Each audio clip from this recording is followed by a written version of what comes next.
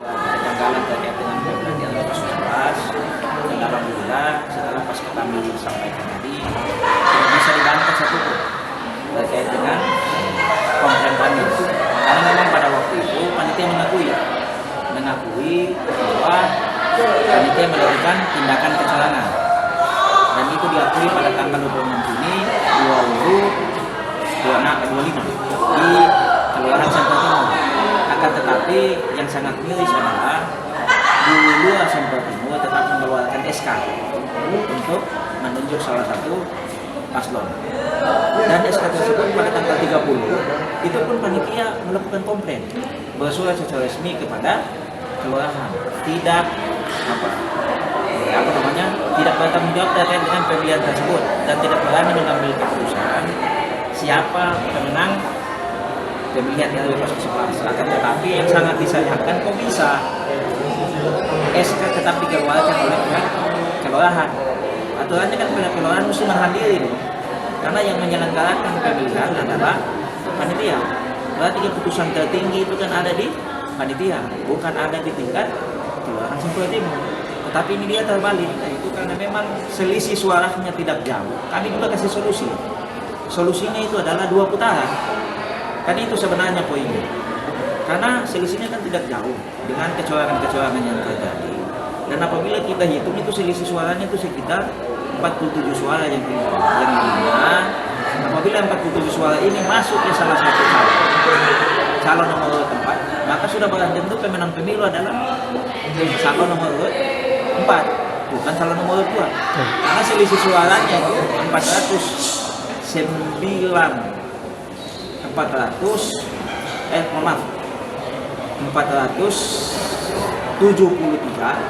untuk paslon nomor 2, sedangkan 475 untuk paslon nomor 4. Berarti secara otomatis selisih 3 suara di sana. Berarti yang memenang pemilu adalah calon nomor 4. Cuman lagi-lagi untuk memberikan rasa keadilan, maka kami tetap sarankan 2 putaran.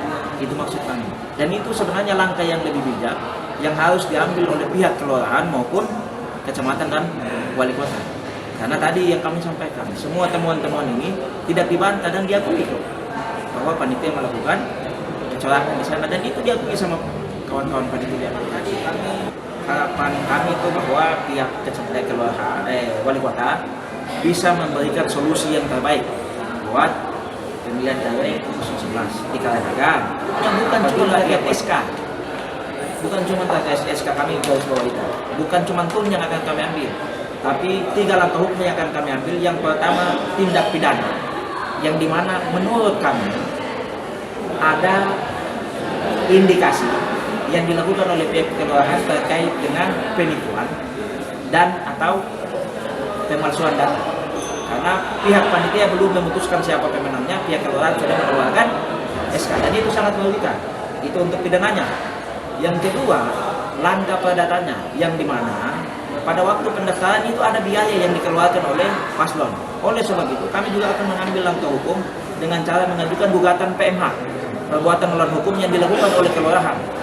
Yang dimana lagi-lagi pihak panitia belum memutuskan siapa pemenangnya, mereka tetap mengeluarkan SK dan kami merasa dirugikan. Yang kedua. Yang ketiga, kami juga akan mengambil langkah hukum terkait dengan persoalan SK. Normalnya kan SK itu kan bisa dicabut karena di Pergub itu disyaratkan. Tetapi lagi-lagi tadi kawan-kawan mendengar bahwa pihak kelurahan menyampaikan tidak bisa dicabut. Bisa dicabut hanya melalui tun. Padahal di situ perasaannya jelas kok.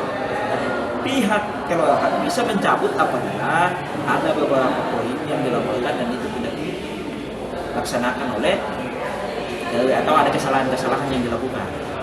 Nah, jadi sebenarnya semua ini kan tidak perlu harus sampai ke tun, harus ke persoalan hukum, bisa diselesaikan. Makanya hari ini kami berharap pihak wali kota nantinya hari Selasa pertemuan berikutnya mereka memberikan solusi yang terbaik terkait dengan persoalan ini.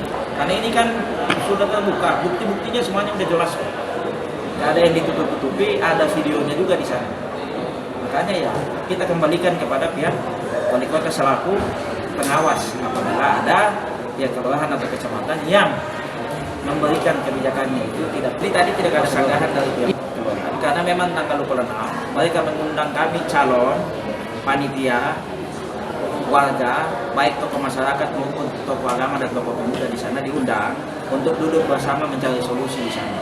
Dan di sana ditemukan bahwa panitia mengakui terkait dengan kesalahan tersebut.